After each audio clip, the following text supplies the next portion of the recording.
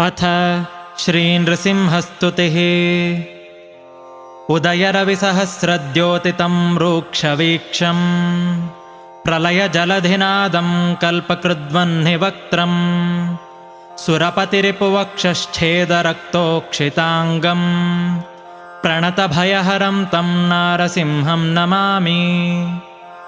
प्रलयरविकरालाकाररुक्चक्रवालम् विरलयदुरुरोचीरोचिता शान्तराल प्रतिभयतमकोपात्युत्कटोच्चाट्टहासिन् दह दह नरसिंहासह्यवीर्याहितं मे।